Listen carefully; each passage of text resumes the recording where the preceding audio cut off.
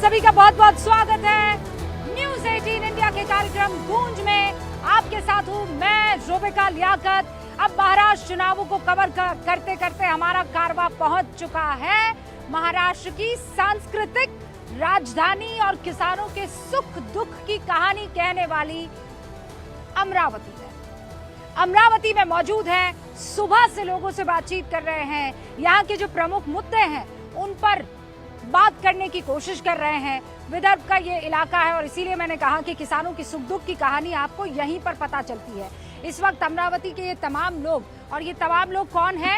कोई वकील है, कोई स्टूडेंट है, कोई यहाँ की बिजनेस क्लास से ताल्लुक रखने वाला है, कोई नेता है, कोई वकील है, अलग अलग पेशों से ताल्लुक रखने वाले ये सारे चेहरे आपके सामने मौजूद हैं। लेकिन आज बात संविधान की करनी है। क्यों? क्योंकि ये संविधान वाला मसला महाराष्ट्र के चुनावों में एक बार फिर से तूल पकड़ता हुआ नजर आ रहा है, जिसकी नींव नागपुर में रखी गई राहुल गांधी की रैली में। आपको पता है राहुल गांधी लगातार एक लाल किताब संविधान की देश के सामने हाथ उठाकर बताते रहते हैं।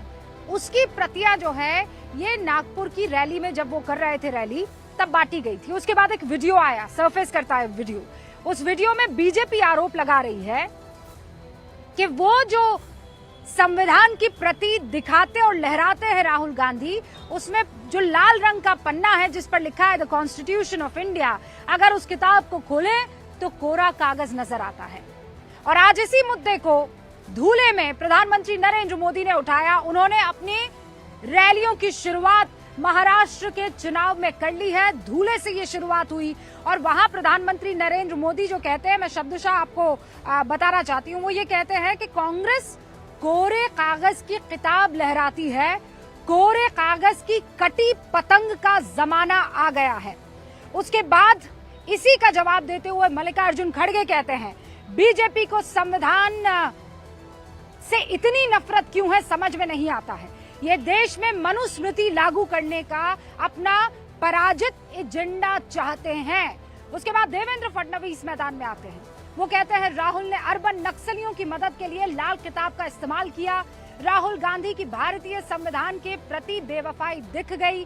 फिर राहुल गांधी कहते हैं फडणवीस के अनुसार बाबा साहेब के संविधान को दिखाना नक्सली विचार है, जातिगत जनगणना के लिए आवाज उठाना नक्सली विचार है। यानी अब आरोप प्रत्यारोप का दौर शुरू हो चुका है और अब मामला घूम कर पहुंच गया है संविधान को कौन बचा रहा है और संविधान को कौन खत्म कर रहा है। आज इसी पर होगी अमरावती से बहस। खास मेहमान हमारे साथ जुड़ चुके हैं, लेकिन जरा इस रिपोर्ट को देखिए और समझिए महाराष्ट्र की राजनीति आज किस मोड़ पर खड़ी है।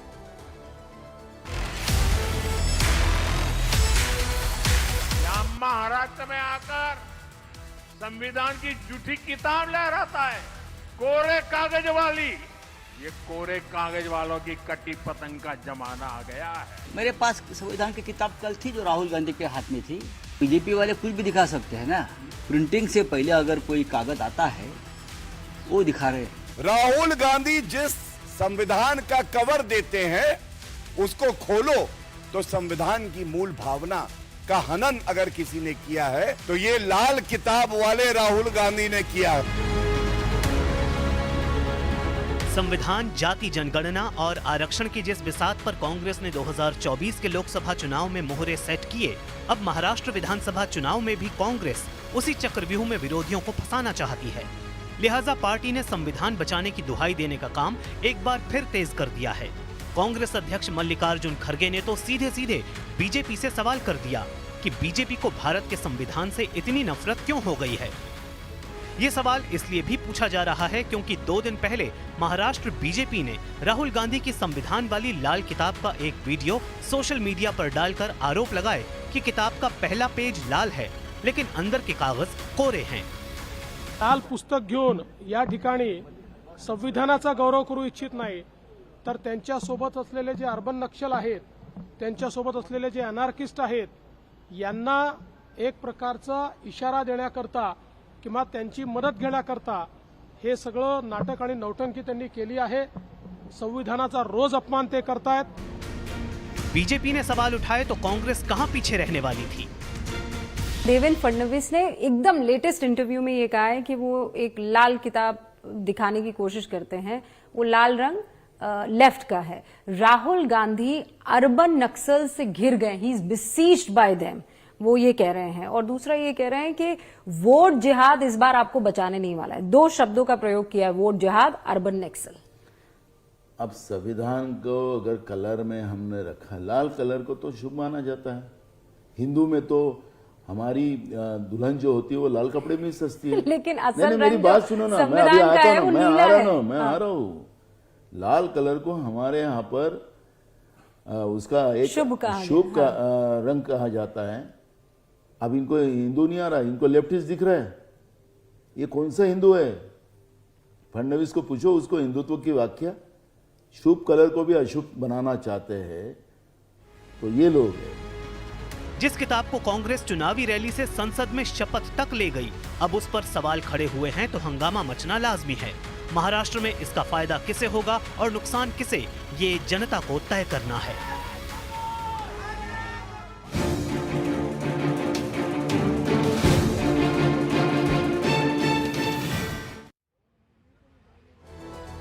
और अमरावती में मौजूद हूँ नवनीत राणा से। इस मसले पर कैसे बातचीत नहीं हो सकती है, हमने पूछा उनसे, क्योंकि वो पिछली बार जो चुनाव लड़ी थी हार गई थी 18,000 वोटों से। नवनीत राणा ने संविधान के मुद्दे पर क्या कहा, जल्दी से सुनिए और फिर शुरू करते हैं बहस। सारे खास मेहमान हमारे साथ तैयार हैं। कांग्रेस कहती है कि आपकी बी पार्टी है, वो लोग मुसलमानों को इकट्ठा कर रहे हैं, आप लोग हिंदुओं को इकट्ठा कर रहे हो, इन दोनों में आपका फायदा हो जा रहा है और अगाड़ी बेचारी फंस जा रही है, पछाड़ी हो रही देखिए, है। मैं आपको इतना बता सकती हूँ, भारतीय जनता पार्टी एक ऐसा पार्टी है जो सभी धर्म के सभी व्यक्तियों को, सभी समाज को लेके चलने की बात करती है। आज राहुल गांधी ने जब हाथों में संविधान लेकर हर लोकसभा के मंच से उन्होंने आह्वान किया, पर वही बाबा साहेब अंबेडकर जी के विरोध में, उनके प्रचार में, इलेक्शन में, ऑपोजिशन में खड़े करने वाले भी एक ही पार्टी थी, वो कांग्रेस पक्ष था।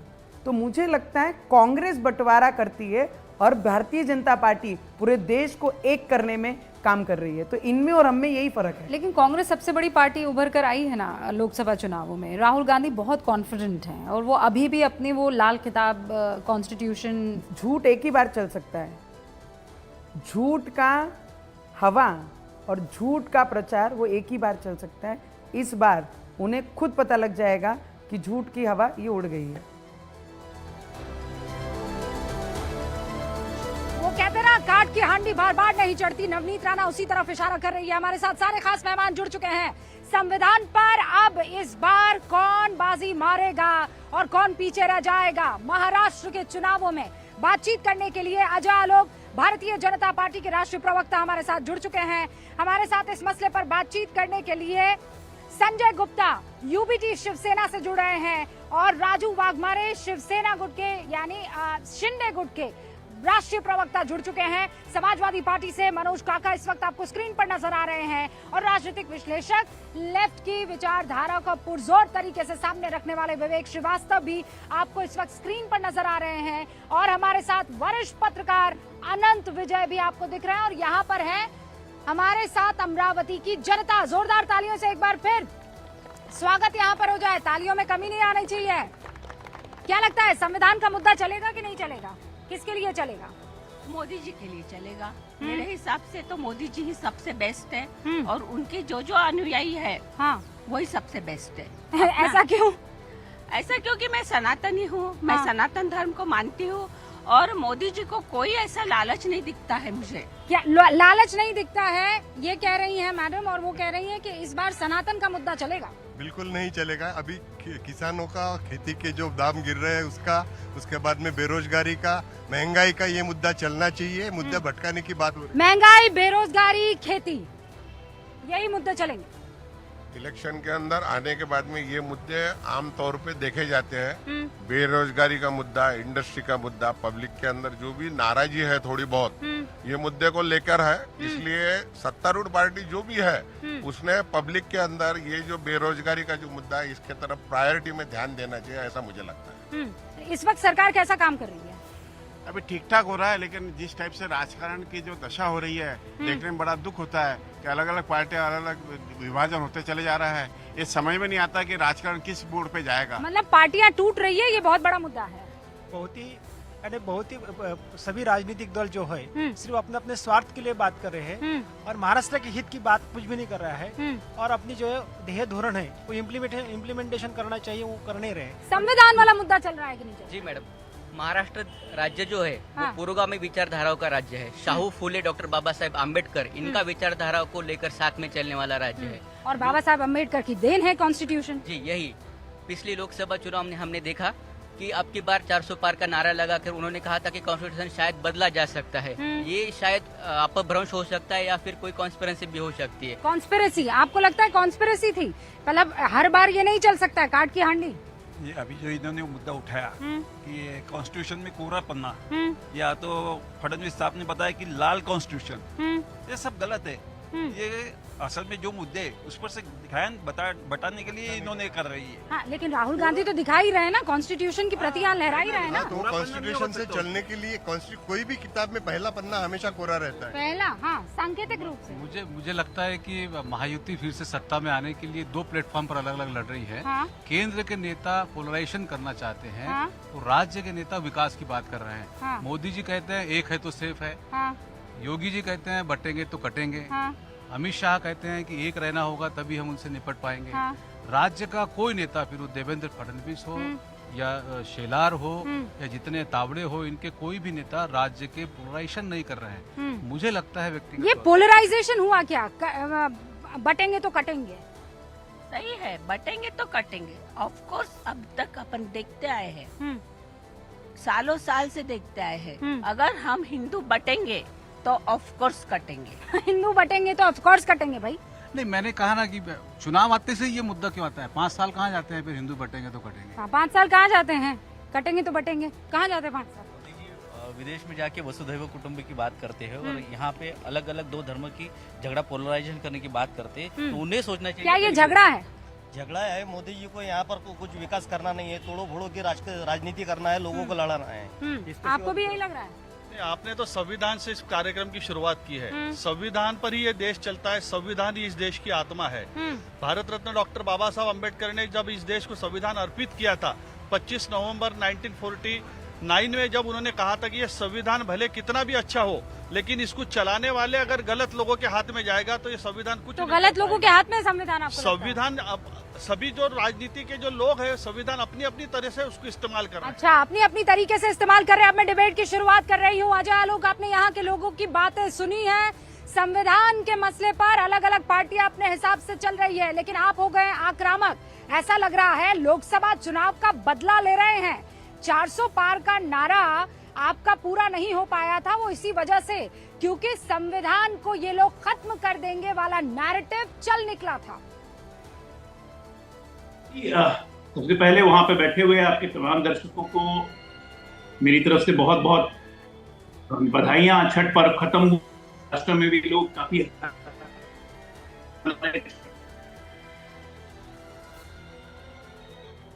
जब हम बात कर रहे हैं यहाँ पे, तो एक बात याद रखना चाहिए कि काठ की हांडी जैसे आप बार बार बोल रही है, बार बार नहीं चढ़ती है।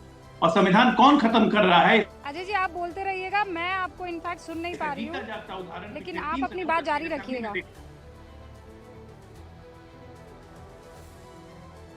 हम लोग पिछले 3 दिन से जम्मू सभा में संविधान कौन खत्म करना चाह रहा है, आपको सुन नहीं पा रही हूँ, लेकिन मैं बीच में इसलिए रोक रही हूँ क्योंकि मनोज काका भी हमारे साथ जुड़ चुके हैं। मनोज काका, इस बार संविधान की प्रति को लेकर कि भाई आप लोग संविधान को मानते हैं, आपके इंडिया गठबंधन के बड़े लीडर राहुल गांधी संविधान को मानते हैं, तो फिर वो कोरा कागज लेकर काहे घूम रहे हैं? मोदी कह रहे हैं कि ये कटी पतंग साबित होगी। मनोज काका, रूबिका, संविधान से बात आपने शुरू करा, कितना अच्छा है। और संविधान पर एक लाइन है, मैं आपको, आपके दर्शकों को, चूंकि अमरावती के लोग बहुत चेतना संपन्न लगे, और वो जिस जगह से आप बात कर रही हैं वो मुझे बहुत खुशी हुई कि ज्योतिबा फूले की बात, साहू जी महाराज की बात, और वहां एक युवा साथी ने अंबेडकर की बात करी। ज्योतिबा फूले उसी धरती के थे, साहू जी महाराज उसी धरती के थे, शिवाजी महाराज उसी धरती के थे। इस देश में सर्वप्रथम अगर बाबा साहब को भी किसी साम्राज्य ने उनको अगर छात्रवृत्ति दे करके विदेशों में अध्ययन के लिए भेजा तो साहू जी महाराज का साम्राज्य था। एक संविधान पर लाइन है कि आपको बता दूं कि वो समान कुछ नहीं है, फटे हाल है। समान कुछ नहीं है, फटे हाल है, मगर उस आदमी के पास उसके झोले में कोई संविधान है। तो संविधान वाले जो लोग हैं, और भारतीय जनता पार्टी सिर्फ अपने बयानों से ही नहीं, मिर्धा का बयान हो, चाहे लल्लू सिंह का बयान हो, चाहे वो अरुण गोविल का बयान हो, सिर्फ बयानों से नहीं, भारतीय जनता पार्टी अपने कार्यों से, नरेंद्र मोदी और उनका जो प्रधान संगठन है, जो उनका आदर्श सूचक संगठन है, जो आरएसएस है, वो अपने कार्यों से आरक्षण खत्म कर रहा है। मैं आपसे एक सवाल पूछना चाहती हूँ। आप 10 सवाल पूछे, मेरी बात 10 सेकंड में खत्म कीजिए, फिर मेरे सवाल का जवाब सुनिए। और इस देश में जानती हैं, इस देश में रूबिका स्वतः ही स्फूर्त आरक्षण था। किसको था? किस जाति को था? एक जाति विशेष को आरक्षण था कि वही सिर्फ विद्यालय में जाएंगे, वही सिर्फ पढ़ेंगे, ज्ञान सिर्फ वही अर्जित करेंगे। और ये आरक्षण किसने दिया कि फला जाति का पैदा हुआ तो मुर्दा जलाएगा, फला जाति का पैदा हुआ तो वो मरे हुए जानवर का चमड़ा छीलेगा, फला जाति का पैदा हुआ, यादव का पैदा हुआ तो दूध दुहेगा। अरे भाई मनोज काका, पुराने टाइम में क्यों जा रहे हैं? इस वक्त देश की राष्ट्रपति एक आदिवासी महिला है, ठीक है? इस वक्त देश का प्रधानमंत्री उसी ओबीसी से ताल्लुक रखता है।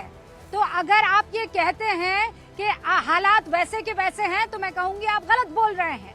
और दूसरा, मैं आपसे ये जानना चाहती हूँ कि आपको इस बात की दिक्कत हो रही है मनोज काका कि देखिए ये इस तरीके के बयान देते हैं। मुझे ये बताइए, संविधान इतना नाजुक है इस देश का?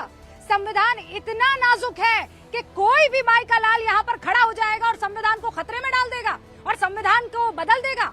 हाँ, इतिहास में ऐसा हुआ है। और मैं बता देती हूँ, इंदिरा गांधी हो या कांग्रेस के तमाम वो नेताओं में नाम गिना सकती हूँ इसलिए क्योंकि सबसे ज्यादा टाइम वही रहे हैं, लेकिन संविधान को खत्म करने में किसी माई का लाल की हिम्मत नहीं है। ये बात आप भी जानते हैं, तो क्यों झूठ फैलाना? एक सिंपल सी बात है विवेक श्रीवास्तव, क्यों झूठ फैलाना?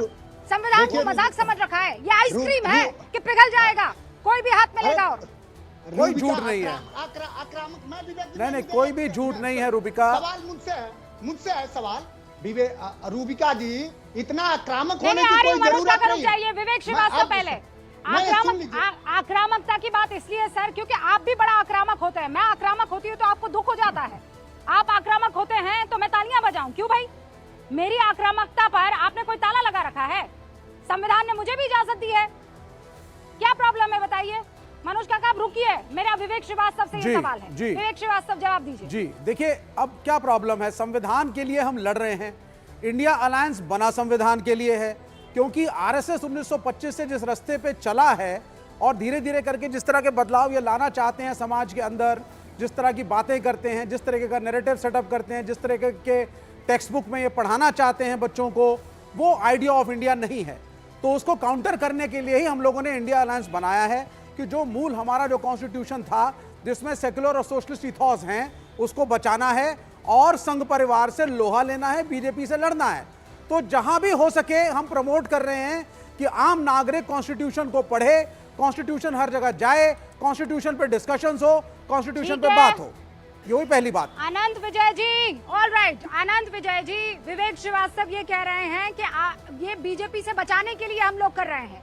इंडिया गठबंधन इसीलिए आया है क्योंकि बीजेपी चाहती है कि उसके हिसाब से देश चले, उसके हिसाब से पाठ्यक्रम हो, उसके हिसाब से बच्चों की पढ़ाई लिखाई हो, उसके हिसाब से परंपरा और संस्कृति तय हो, और इसीलिए हम सब इकट्ठे हो गए और लाल किताब लहरा रहे हैं।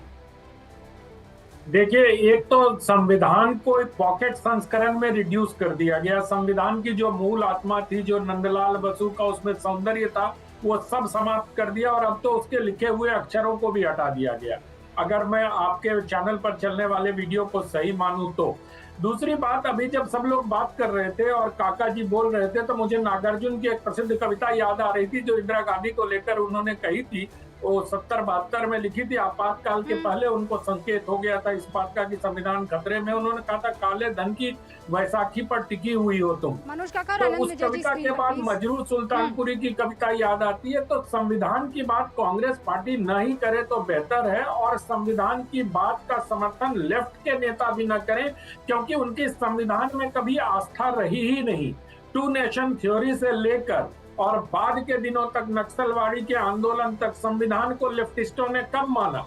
चीन का जब हमला हुआ भारत में, जब चीन ने भारत को पराजित किया, तब भी संविधान की फिक्र नहीं थी इनको। और अभी मनोज काका कह रहे थे कि बहुत सारे जातियों के साथ दुर्व्यवहार हुआ, तो क्या 900 वर्षों में जो दुर्व्यवहार हुआ उनको जब मुगलों का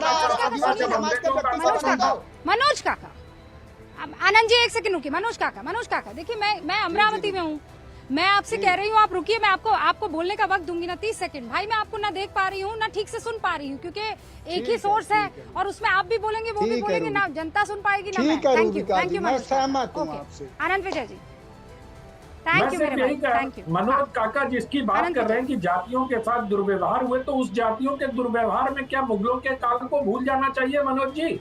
जो 300-400 वर्षों तक अंग्रेजों का शासन काल चला, उसमें उन जातियों के साथ किसने क्या किया? किसको आप लोग बड़ी सफाई से भूल जाते हैं कि मुगलों ने भारत को जातियों में बांटा और हिंदू समाज को बांटने का काम किया, फिर आप बोलने लगे बीच में, तो ना आप समझ पाएंगे ना मैं समझ पाऊंगा। फिर आप क्या बोलेंगे बीच में? आप बोल लीजिए पूरा। मैं सिर्फ इतना कह रहा हूं कि जो तर्क होने चाहिए, तर्कों के साथ एक लॉजिक होना चाहिए। आप लगातार ये कहते हैं कि हिंदू समाज में जातियों को लेकर ठीक है विसंगतियां रही हैं, हमने स्वीकार किया, और हिंदू समाज के बीच से ही समाज सुधारक भी पैदा हुए हैं जिन्होंने समाज सुधार करके उन गलतियों को, उन विसंगतियों को दूर किया है। लेकिन उस काल की चर्चा कोई नहीं करता जब मुगलों ने इस देश पे शासन। अरे आनंद जी, पर हम आगे आ गए हैं। 30 सेकंड में मनोज काका जवाब दीजिए, 30 सेकंड में। हाँ, गिनती से 30 सेकंड में जवाब दीजिए। देखिए रूबिका, मैंने वही दुष्यंत कुमार वाली लाइन पढ़ा कि वो फटे हाल है मगर उसके हाथ में कोई संविधान है, और उस सिरफिरे को यूं ही नहीं बहला सकोगे आप, वो नया है मगर सावधान है। तो ये जो बात हो रही, इनसे मैंने सवाल पूछ लिया कि आपने क्यों नहीं निर्धारित करा कि कुशवाहा सिर्फ सब्जी ही नहीं उगाएगा, वो शासन भी चलाएगा, वो मंदिर में पूजा ही करेगा। जाति प्रथा तो आपने बना के, अब आप जानते हैं कि आपका वर्चस्व टूट रहा है। अब सुन लीजिए, अब आप विद्वान ओके मनोज काका, जाति प्रथा। मनोज काका, मैंने कहा था 30 सेकंड, मैंने कहा था 30 सेकंड, आपने कहा कि आपने ये व्यवस्था बनाई है। अजय आलोक को बोलने दीजिए। रूबिका, कम से कम संयम रखिए प्लीज। मैं ये कह रहा हूँ, अब जब वही मंडल कमीशन की रिपोर्ट जब मंडल कमीशन की रिपोर्ट जब लागू हुई, कुछ लोग ना आत्म केंद्रित दृष्टिकोण से पूरे समाज को देखते हैं, जाके पैर ना फटी बेवाइसों का जाने पर अनंत विजय को अगर कभी चारपाई से नीचे बैठाया होता किसी समाज में, किसी ने इनको शीशे का गिलास प्रस्तुत किया होता, तो इस समाज की पीड़ा समझ गई। मनोज काका, आप ये कह रहे हैं कि ये व्यवस्था बीजेपी ने की है कि कुशवाहा जो है वो खेती करेगा, या कुशवाहा जो है वो एडमिनिस्ट्रेटिव जॉब्स में नहीं आएगा। ये आपने एक सिर्फ एग्जाम्पल दिया। अजय आलोक, जाति प्रथा को तो बीजेपी ने आगे बढ़ाया है, खत्म कांग्रेस कर रही है। ये आपके डिबेट को डाइवर्ट करने की कोशिश कर रहे हैं। जरा शुरू करते हैं, मुझे बस 30 सेकंड अनइंटरप्टेड दीजिए। संविधान, आप बाबा साहब की धरती पे खड़ी हैं, क्या बाबा साहब का संविधान उसी शक्ल में है जिस शक्ल में बाबा साहब के संविधान को हमने अडॉप्ट किया था? नहीं। इस संविधान के लागू होने के साथ इस संविधान को हर तोड़ने की वो कोशिश की गई, इस देश को इस्लामिक राष्ट्र बनाने की कोशिश की गई, सिर्फ घोषणा बाकी रह गई। कैसे, मैं बताता हूँ। आप ये देखिए, आपने हिंदू राष्ट्र की बात पार्लियामेंट में जरूर करी है। 25 में धर्मांतरण को 28 में एक लाइन में कह रहा हूँ, 28 में हिंदुओं को अपने धर्म की शिक्षा लेने पे बैन किया गया। हिंदू क्या करते रहते हैं आप? इंडिया की बात करिए ना, सरकार में है आपकी पार्टी, आप हिंदू करते रहते हैं। ये एक दोनों की बात करिए, देश की बात करिए थोड़ा सा। एक लाइन बताइए लेफ्टिस्ट। डॉक्टर अजय आलोक, मैं आपको दोबारा नहीं सुन पाई हूँ, पर मैं चाहती हूँ कि इसका जवाब जो है क्विकली। संजय गुप्ता क्या यहाँ पर हमारे साथ बने हुए हैं ना? मैं देख नहीं पा रही हूँ, और अगर नहीं तो विवेक श्रीवास्तव जवाब दीजिए। ये बार बार ये कहना कि सारी ऑपोजिशन पार्टी 70 साल से हम लोग एक इस्लामिक राष्ट्र बनाने जा रहे हैं। ये सब बचकानी बातें हैं। बीजेपी पावर में है, सत्ता में है, केंद्र में सरकार है। आप सबकी बात करिए, हिंदू मुसलमान की एकता की बात करिए। आप डिविजन है, हिंदू हिंदू हिंदू हिंदू हिंदू हर बार जैसे पता नहीं क्या हो गया हिंदुओं को, जो 85% है, पता नहीं क्या नैरेटिव आप बनाना चाहते हैं। और आप ही जैसे लोगों के डर की वजह से कम्युनिस्टों, सुनिए सर, सुनिए अरे विवेक श्रीवास्तव रुकिए ना, विवेक श्रीवास्तव, अजय आलोक सब रुकिए ना, एक एक करके ना। मैं सबको 30-30 सेकंड दे देती हूँ। आप ये कह रहे हैं हिंदू हिंदू हिंदू हिंदू हिंदू हिंदू 85% है, उनको क्या हो गया है ना? ये आपका सवाल, ये आपका ओके, एक छोटा सवाल है, बोलिए। एक छोटा सवाल, अगर ये देश धर्मनिरपेक्ष राष्ट्र है तो हम बहुसंख्यक और अल्पसंख्यक की बात ही क्यों करते हैं? जवाब दे दे कोई। इसलिए क्योंकि इस देश के जो अल्पसंख्यक हैं वो अभी भी इकोनॉमिकली, सोशली, पॉलिटिकली उतने लेवल पे नहीं है जिसपे कि देश की मेजॉरिटी कम्युनिटी है। देश की डेवलपमेंट के लिए मुसलमानों का, ईसाइयों का और माइनॉरिटीज का डेवलप होना जरूरी है। आप दोनों रुक जाइए। मैं देश की जनता, मैं इस मसले पर देश की जनता से बस 2 लाइनें कह दूं और उसके बाद वाघमारे जी भी हमारे साथ जुड़ चुके हैं, संजय गुप्ता। विवेक जी आप ही मुझे बता दीजिए, आप उनके बगल में बैठे हुए थे। नहीं, संजय गुप्ता चले गए। संजय जी हैं कि चले गए? संजय गुप्ता चले गए, वो अजय आलोक से दुखी होकर के चले गए। वो अजय आलोक से दुखी होकर के ऐसे चले जाएंगे, मैदान छोड़ देंगे, रणछोड़दास नहीं हो सकते ना सर। उन्होंने बोला कि अजय आलोक मैदान में डट कर लड़ना होगा। बहरहाल आप है ना, जाने का समय भी आ गया है। बहरहाल आप यहाँ पर मौजूद है ना? बिल्कुल। रणछोड़दास नहीं, रणविजय का हम इंडिया अलायंस की तरफ से पूरी बैटिंग करेंगे महाराष्ट्र में। देखना चाहती है। ऑल राइट सर, आप कीजिए बैटिंग, आपको जो है पूरी बेस्ट विशेष है। लेकिन अभी एक चीज समझनी होगी, आप ये कह रहे हैं कि मुसलमानों की बात आज हमें इसलिए करनी पड़ रही है क्योंकि मुसलमान आज भी गरीब है, मुफलिसी में जी रहा है, बहुत परेशानी में गुजर बसर कर रहा है। तो किसकी वजह से कर रहा है? इसलिए आप लोगों ने अलावा रोजा इफ्तारी के मुसलमान को करवाया क्या है? मुझे ये बताइए, पढ़ाया लिखाया आपने मुसलमानों को? ये बताइए, कितने लोगों को आपने एडमिनिस्ट्रेटिव जॉब में पहुंचा दिया? मुझे बताइए, कितने हायर एजुकेशन के इंस्टीट्यूट आप लोगों ने खोल दिया? ये बताइए, अलावा उनको भड़काने के आपने किया क्या है? विवेक श्रीवास्तव, भड़काया, इसका कारण सोशल कारण है। इसका कारण यह है, इस मुल्क के अंदर जब इस्लाम आया तो उन करोड़ों दलितों को, बैकवर्डों को एक मौका मिला समाज में इक्वल राइट्स के साथ रहने का। उन्होंने इस्लाम को अपनाया। यहाँ पे रहने वाले मुसलमान 90% यहीं के हैं, यहीं के कन्वर्टेड हैं, लेकिन वो दलित समाज से थे, इसलिए इकोनॉमिक तरक्की उतनी नहीं कर पाए जितनी बाकी तबकों ने ऑलरेडी कर रखी है। इसका एक सोशल रीजन है।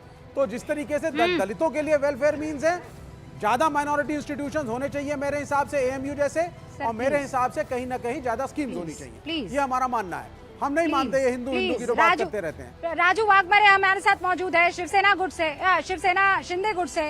राजू जी, सुना आपने मुसलमानों का, इसलिए इनकी बात करना जरूरी है और आप लोग इसे जो है अलग रंग दे देते हैं। वो चाहते हैं मुसलमान आगे बढ़े, आप लोग रंग देते हैं कि आप हिंदुओं को गाली दे रहे हैं। सबसे पहली बात, ये मुद्दा जो आपने लगाया है ये संविधान का मुद्दा है और संविधान के बारे में इंडिया अलायंस ने एक हवा में पूरा एक नैरेटिव सेट कर दिया कि संविधान खतरे में है। अरे भाई, संविधान खतरे में कैसे रहेगा? जब से ये स्वतंत्रता अपने को मिली तो 78 टाइम्स संविधान को बदली करने का काम, अमेंडमेंट करने का काम, संविधान में अमेंडमेंट करके उसको बदलाव लाने का काम अगर किसने किया रहेगा तो वो कांग्रेस ने किया है। अगर केशवानंद भारती का जो केस हो गया 1973 में, तभी ये बताया गया था कि संविधान के मूल ढांचे 77 में कांग्रेस ने 42nd अमेंडमेंट लेके आए और 42nd एक ही अमेंडमेंट में 60 आर्टिकल्स लेके आए। तो संविधान को बदलने का ठीक है काम ये कांग्रेस कर रही है और ये हवा में एक घोंसला बना रही है कि भाई जरा लिसन मैंने आप बात कर रहे थे, आपने सुना। और ये क्या कर रहे हैं, ये बता रहे हैं कि भाई बीजेपी को बदलना है। अगर बीजेपी को बदलना था तो लास्ट टाइम 356 से ज्यादा था, तो उसमें और ऐड करके विरोधी दल को तोड़ के बदल सकते थे, लेकिन किसको भी संविधान को बदलना नहीं है, संविधान के नीचे ही सबको काम करना है। ऑलराइट, खाली ये सर सुनिए वाघबारी जी, ये जो सवाल आपने पूछा इसका जवाब क्विकली ले लेती हूँ। इसका जवाब मैं क्विकली ले। मनोज काका, कितनी बार संविधान को इन 10 सालों में बदला गया है? अगर इनको खत्म करना था तो पहले 5 साल भी थे, उसके बाद वाले साल भी थे, अब तक क्यों नहीं खत्म किया? किस बात का इंतजार कर रहे हैं? कोई वही आएगी ऊपर से? देखिए संविधान, इतने बड़े बड़े काम किए ही है, 370 हटाया ही है, हटाया कि नहीं हटाया सर? अरे बड़े बड़े क्यों नहीं काम करे? आप रूबिका कम बोल रही हैं, और ज्यादा काम करा उन्होंने नोटबंदी करके पूरे देश को बर्बाद किया, पूरे देश में सबसे ज्यादा बेरोजगारी है। ये सब बड़े काम कौन बताएगा? ये सब आप बड़ा काम नहीं बता पाती हैं। पूरे देश में इस तरीके की बातें करना गलत है। सबसे ज्यादा उद्योगपतियों से चंदा लिया, ईडी सीबीआई और बात करना चाहते हैं तो संविधान के ऊपर बात कीजिए। आप संविधान के ऊपर ही बात हो रही है। अब संविधान के ऊपर ही बात हो रही है। बड़े बड़े इनके सिर्फ कार्यों को आप बताती हैं, कारनामों को नहीं बताती हैं। आपका भी स्मृति लोप हो जाता, मैं बता रहा हूँ। अरे संविधान के ऊपर बात कीजिए। संविधान, अरे अब आप तय नहीं करेंगे संविधान के ऊपर। संविधान जब उत्तर प्रदेश आप गली क्यों चेंज कर लेते हैं मनोज काका? नहीं मैं संविधान क्या कह रहे हैं मनोज काका कि ये लोग संविधान खत्म कर देंगे, है ना मनोज काका? बोल रहे हैं कि नहीं? जब आप मैं आपसे कह रही हूँ मेरे भाई, फुल मार्क्स दे दूंगी आपको। मुझे ये बताइए, अरे आप मुझे मत सिखाइए। आप अपनी नेतागिरी के जिल्द में रहिए और मुझे बस इतना बता दीजिए, इन लोगों ने संविधान कितनी बार तोड़ मरोड़ दिया, कितनी बार संविधान बदल दिया? I will move on sir, मुझे बस इतना बताइए। सुनिए ना, उत्तर प्रदेश के 69,000 शिक्षक भर्ती में 22,000 दलितों पिछड़ों का हक खा करके संविधान बदल दिया। पूरे देश के संवैधानिक संस्थाओं में जो संविधान में प्राविधान है कि 27% आरक्षण सरकार के संस्थान से लेकर के शैक्षणिक संस्थानों में होना चाहिए, कहीं नहीं है। भारतीय जनता पार्टी लोगों की नियुक्ति करती है, तो ये संविधान बदल ही रहा है। आप संविधान कैसे बदलेगा? संविधान व्यवहार में बदल रहा है। नरेंद्र मोदी जब संविधान व्यवहार में बदल है कि इस देश पन्ने भले ही बदले ना बदले, मनोज काका बोल रहे हैं व्यवहारिक रूप से बदल रहा है। डॉक्टर अजय आलोक जवाब दीजिए। अब आप समझ सर, सबको मौका देना चाहिए ना मुझे। रुक जाइए, डॉक्टर अजय आलोक जवाब दीजिए। मैंने आज की तारीख में आपको बताया ना कि संविधान की सबसे बड़ी हत्या ये कर रहे हैं जम्मू कश्मीर में। वहां पे ये लोग मौन है कि 370 वापस आएंगे, उसका रेजोल्यूशन पास करते हैं, कांग्रेस पार्टी चुप रहती है। देश में बताया 370 वापस आपके संविधान में था या नहीं था? उसको हटाया, क्या गलत किया?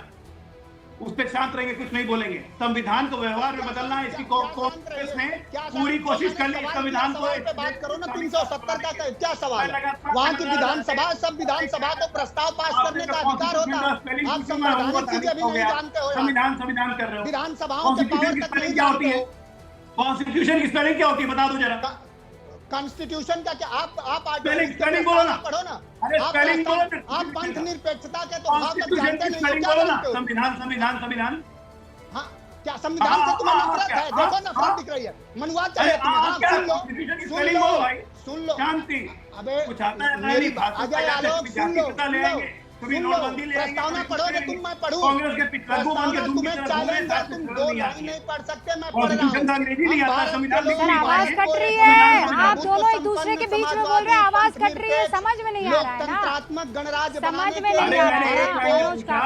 मनोज काका, डॉक्टर अजय आलोक समझ में नहीं आ रहा ना। बिलबिला गए अजय आलोक, बेचारे बिलबिला गए। संविधान के पक्ष में खड़े नहीं हो सकते है ना। बीच में कूदने की आदत है। कॉन्स्टिट्यूशन का स्पेलिंग नहीं आता, लेकिन बीच में कूदेंगे। अब रुक जाए मनोज काका, मैंने आपको मौका दिया ना। मनोज काका, मौका दिया ना मैंने आपको। अब एक बार 30 सेकंड उनको बोल लेने दीजिए, फिर बाकी भी तो मेहमान है ना। 30 सेकंड अजय आलोक। मैं इन्हीं के लाइन पे कह रहा था कि व्यवहार में संविधान कैसा है। व्यवहार में संविधान को इस्लामिक बनाने में कोई कसर नहीं छोड़ी है कांग्रेस ने। 1975 में सेकुलर क्यों जोड़ा? और जब आप सेक्युलर जोड़ दिया था, मैं उसका जवाब दे देता हूँ। बात क्यों करते हैं? उसका जवाब नहीं है। वक्त बैक क्यों लाए? वक्त बैक क्यों लाए? केसेस ओवरशिप एक्ट क्यों लाए? ये तमाम जवाब हैं। संविधान को व्यवहार से बनाने की कोशिश कांग्रेस पार्टी ने की है, पास करती है। ताजा उदाहरण जम्मू कश्मीर का असेंबली। जम्मू कश्मीर का असेंबली 370 के विरुद्ध प्रस्ताव हुआ, चुप क्यों है? मैं कह रही हूँ, एक सेकंड जवाब दीजिए ना। मेरा माइक दे दीजिए। मैं तो जानता था कि आप थोड़े बहुत पढ़े लिखे हो। अरे आपको तो कॉन्स्टिट्यूशन की स्पेलिंग नहीं आती, आप क्या बोल रहे हो? हैं? अरे कड़ मलूज आप लोग हैं, कॉन्स्टिट्यूशन का स्पेलिंग नहीं आता, संविधान लिखने नहीं आता है। बैठ के बात करने, संविधान लिख के दिखाइए ना कागज पे, टीवी पे। टेक्निकल परेशानी है, मैं कह रही हूँ टेक्निकल। आप दोनों की आवाज बंद कीजिए, दोनों की आवाज बंद कीजिए, दोनों की आवाज बंद कर दीजिए। आप मेरी बात सुनिए। आप सब समझदार लोग हैं, बरसों से डिबेट कर रहे हैं। टेक्निकल इशू है, आप सब एक साथ बोलेंगे। आपको लग रहा है कि आपकी आवाज सुनाई दे रही है, लेकिन सच में नहीं सुनाई दे रही है, कट रही है। मनोज काका, आपको लग रहा है आप बोलकर जो है अपनी बात पूरी कर दे रहे हैं, कट रही है, आपकी आवाज नहीं आ रही है। मैं दे तो रही हूँ सबको 30-30 सेकंड अपनी बात रखने का मौका। अनंत विजय जी, इस वक्त अब बड़ा सवाल ये है, क्या महाराष्ट्र में ये जो कार्ड पहले लोकसभा में खेला गया था कांग्रेस की तरफ से और बीजेपी अब फ्रंट फुट पर खेलने की कोशिश कर रही है, काम कर पाएगा? मुझे नहीं लगता रूबिका जी की महाराष्ट्र में यह काम कर पाएगा, क्योंकि संविधान के नाम पर जो इन्होंने एक झूठा नैरेटिव खड़ा किया था उसकी हवा हरियाणा में निकल गई। और अब मुझे लगता नहीं है कि इस महाराष्ट्र की जनता इस बात पर विश्वास करेगी। अगर विश्वास करना होगा तो इनको भरोसा दिलाना पड़ेगा। 370 पर जिस तरह से कश्मीर में अभी विधानसभा में हंगामा हो रहा है, क्या इंडी गठबंधन के लोग ये चाहते हैं कि दलितों को और ओबीसी को और अन्य लोगों को जो आरक्षण मिल रहा है अब 370 के हटने के बाद वो समाप्त कर दिया जाए? ये संविधान की बात करते हैं और जब दूसरी जगह दूसरे वोट लेने रहते हैं तो वहां जाकर खामोश हो जाते हैं। एक और बात आपके शो में आज मुझे बहुत अच्छा लगा कि लेफ्ट के हमारे साथी ने ये कहा कि सारे जो दलित पिछड़े थे वो मुसलमान में कन्वर्ट हुए। तो भाई यही बात तो मोहन भागवत जी वर्षों से कह रहे हैं कि इस समाज में रहने वाले सभी लोग हिंदू हैं। तो आज अच्छा लगा कि आपने इसको स्वीकार किया। नहीं, अब आप सुनिए विवेक श्रीवास्तव। हाँ, पहली चीज अजय आलोक की बात का जवाब, 1970 के दशक में पाकिस्तान में भी एक मॉडिफिकेशन में एक नया कॉन्स्टिट्यूशन आया और हमारे देश में जब ये देखा गया कि वहां पे सारा का सारा कॉन्स्टिट्यूशन एक फेनेटिक तरीके से आ गया है, तो ऐसा ना हो कि संघ जिस तरीके से उठ रहा था कि हमारे देश का जो सोशलिस्ट और सेक्युलर कॉज है वो चैलेंज हो जाए, तो हमारी एडवाइस में मिसेस इंदिरा गांधी ने अमेंडमेंट करके सेक्युलर और सोशलिस्ट शब्द कॉन्स्टिट्यूशन के अंदर आया। पहली चीज, ओके, इसको क्लैरिफिकेशन के पहले आप समझ लीजिए। और हमने इमरजेंसी में मिसेस गांधी को समर्थन दिया, फिर आप शिवसेना ने भी दिया, बाल ठाकरे ने भी दिया। पाकिस्तान को देख के सेक्युलर जोड़ा गया भारत में। 10 सेकंड दीजिए। नहीं, पाकिस्तान में देखो डर होता है ना, कल वो लोग पूरे के पूरे फैनेटिक इस्लाम को ले आए, बर्बाद कर दिया अपने मुल्क को। आप भी वही करने जा रहे हैं, तो कोई तो सेफगार्ड लेना था ना। 1975 में नहीं किया होता अमेंडमेंट, तो आप तो बहुत पहले ही देश तोड़ देते। आवाज नहीं आ रही है, आवाज नहीं आ रही है। अब अजय आलोक जवाब दे दीजिए इसका। मैं कह रहा हूं कि बहुत अच्छा विवेक जी ने बोला कि मिसेस गांधी ने पाकिस्तान के कॉन्स्टिट्यूशन को देख के भारत के कॉन्स्टिट्यूशन में सेक्युलर शब्द जोड़ने का निर्णय लिया। मतलब भारत पाकिस्तान कैसे चलेगा? वो पाकिस्तान से देख के भारत सीख रहा था। इंदिरा गांधी अपने कॉन्स्टिट्यूशन को बर्बाद किया, हमने बचाया। क्या इंदिरा गांधी की गूंज की है? तालियां विवेक जी, तालियां आपको इसके लिए। आपने उसको गलत सुना है। वहाँ पे नया कॉन्स्टिट्यूशन आया था, ये नई थ्योरी आ गई। आज तक ये थ्योरी नहीं आई। आप लोग भी वही करते, आपसे आपकी जमात से बचने के लिए कॉन्स्टिट्यूशन में जुड़वाया। पाकिस्तान के मसले पर बात करके हमें मिलेगा क्या? आप यहाँ के संविधान की बात कीजिए ना। आप काहे पाकिस्तान पहुंचे और वहाँ संविधान होकर भी कौन सी बड़ी बात हो गई है? हाँ, नहीं, क्या करना है इतिहास बताकर? इतिहास अगर बताने गए तो फिर तो गड़बड़ हो जाएगी ना विवेक जी। नहीं, इतिहास एक सिंपल सी बात आपसे कही अनंत विजय ने, उसका आप जवाब दे दीजिए। काउंटर कर दीजिए कि आप ये बात मान गए हैं कि आज की तारीख में जितने भी मुसलमान हैं वो हिंदुस्तान के दलित हुआ करते थे, पिछड़े हुआ करते थे, जिन्होंने कन्वर्ट कर लिया। संख्या में थे, मानते हैं, इसीलिए वो हमारे अपने हैं, वो बाहर के नहीं है। उनको समान अधिकार मिलना चाहिए। और जब हमने एट्रोसिटीज करी, उनको अपनी बराबरी का नहीं माना हिंदू समाज ने, तो आज वही मुसलमान जो खड़े हैं उसके खिलाफ आप डिस्क्रिमिनेशन कर रहे हैं। आप करते ना इक्वालिटी अपने समाज में, तो वो नहीं कन्वर्ट होता ना। आपने तब इक्वालिटी करी ना, आप आज इक्वालिटी करते हैं। आपको आज भी कास्ट सेंसस से प्रॉब्लम है, आप आज भी रिजर्वेशन को खुल के नहीं देते, सिर्फ इलेक्शन की एक मजबूरी है तो आप देना चाहते हैं। मुसलमानों में रिजर्वेशन करवा देते हैं। नहीं वो तो खैर मांग ही रहे हैं, तेलुगु देशम पार्टी मांग रही है, उनको उत्तर दे दीजिए आप पहले। जातियों के आधार पे मंजूर नहीं, आप तेलुगु देशम पार्टी को मुसलमान में जातियों के आधार पर रिजर्वेशन करवाते हैं, बोलिए। आप सुनिए, आप एक फर्क को समझ लीजिए जो इस्लाम और हमारे धर्म में है, एक फर्क। अरे इस्लाम और धर्म आप सुनिए ना सर सुनिए, इस्लाम के अंदर कहीं भी जातिवाद नहीं है। एक मस्जिद में हर जाति का आदमी बैठ करके नमाज पढ़ सकता है, हमारे में ये चीज नहीं है। अब इसमें मुझे आना पड़ेगा। विवेक श्रीवास्तव प्लीज, झूठ, एकदम झूठ। मैं ताल्लुक रखती हूँ इस्लाम से और आपको ये बता सकती हूँ, मुर्दा को कब्र से निकाल देते हैं। नहीं वो इस्लाम आप जानते हैं नहीं है। अहमदिया सुन्नी में नहीं जा सकता है। नहीं, नहीं इस्लाम में लिखा नहीं है डिफरेंट थिंग। ना सर प्लीज, वो सोशल ना अरे तो ऐसे तो बहुत सारी चीजें नहीं लिखी है और आप जो है वो थोप देते हैं। नहीं, आप प्रैक्टिकलिटी, व्यवहारिकता पर बात कीजिए, व्यवहारिकता पर। हमारे यहाँ तो ये मत कीजिए ना, हर बार आप बचाने के चक्कर में झूठ नहीं बोलना चाहिए सर। इससे आप कौम का भला नहीं कर रहे हैं, नुकसान ही कर रहे हैं। लेकिन संविधान का मुद्दा महाराष्ट्र की जनता को भाएगा, लुभाएगा या फिर कुछ और ही कर जाएगा, हम इंतजार करेंगे। आप देखते रहिए न्यूज़ 18 इंडिया। आप सभी का बहुत बहुत शुक्रिया।